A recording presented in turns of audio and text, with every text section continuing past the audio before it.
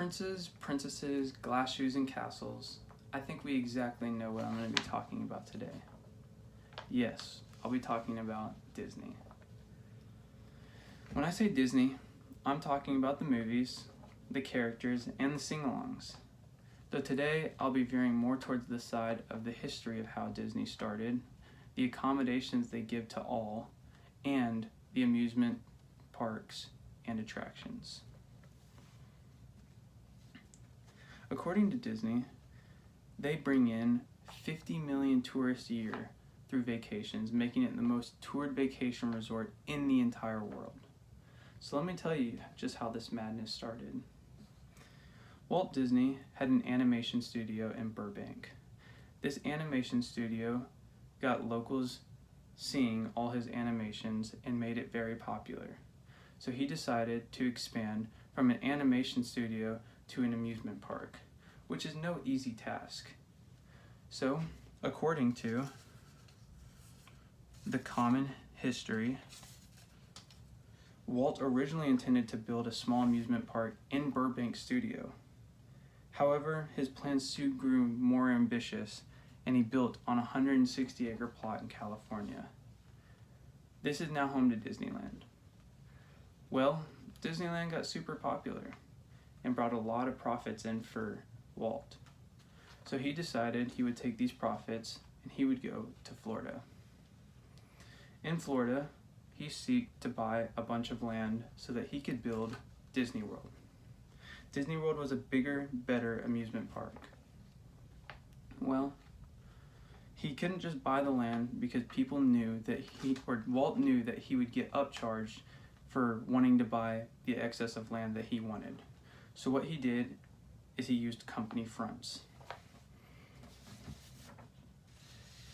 In a book, A Brief History of Florida, written by James Clark, who has a PhD in history, he says, Disney used fronts to purchase 12,500 acres of land. In all, Disney used 9 front companies to buy the land. These layers of fronts were often so thick that people actually didn't know who they were buying the land for. So, this was good, because Walt Disney didn't want anyone to know his plans for the thing, because like he said, he would probably be upcharged if he did. Soon after they got the ball rolling and he bought all the land, Walt Disney would pass away in 1966, just before his first theme park, the Magic Kingdom, was built in 1971.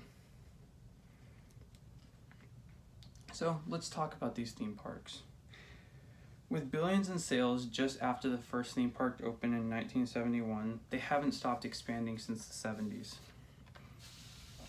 Starting with Magic Kingdom as the original park, which I said opened in 1971, other parks would follow as well. According to Forbes magazine, indeed all but 1 of 10 most visited parks worldwide are run by Disney. These parks include, but are not limited to, Epcot, which was built in 1982. Disney's Hollywood Studios, which was built in 1989, Disney's Animal Kingdom, which was built in 1988, and, as I said earlier, Disney's Magic Kingdom, which was built in 71. The genius thing about these theme parks is they are themed for all types of people, all groups of people as well. If you're an animal lover, well, Animal Kingdom might just be the place for you. If you're into family friendly and just want to have a good time, go to Magic Kingdom. Now, if you're down for creativeness, innovation, all that kind of stuff, Epcot might be your place. And finally, if you're looking for that thrill of being backstage of a movie, go to Hollywood Studios. So all these places made Disney the way they are today. As for the accommodations of Disney, they came in all various ways. With constant expansion, Disney had to use Imagineers to dabble in how they were going to plan and access all these parks at the same time. So Disney built 3 hotels. The first 3 being the Contemporary, the Polynesian, and Fort Wilderness. Well, Disney soon realized that that wasn't enough. So what did they do? They built 22 more, yes. Once they had this realized, though, they had 25 hotels, 4 parks, and 25,000 acres of land. So they had to come up with an innovative way and efficient way to get people from place to place. Thus, they opened up several ways of transportation. They opened up Skyliners to parks, a monorail system which travels from hotels to parks, a giant bus fleet, and boats and ferries to cross lakes. This allowed them to be more effective and efficient. Soon after, they created what's called the Magic Band.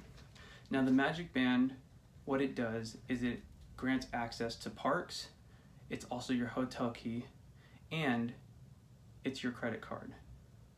What this does is it allows the user to not have to spend as much time doing anything and can actually have more leisure time.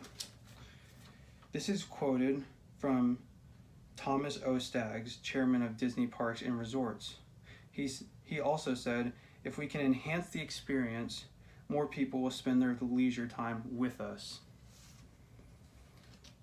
So in conclusion, you can see how Disney means business. They're all about the money.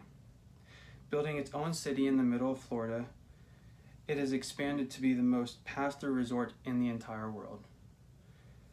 With its Imagineers and inspiration of magic on its side, the parks are just full of magic.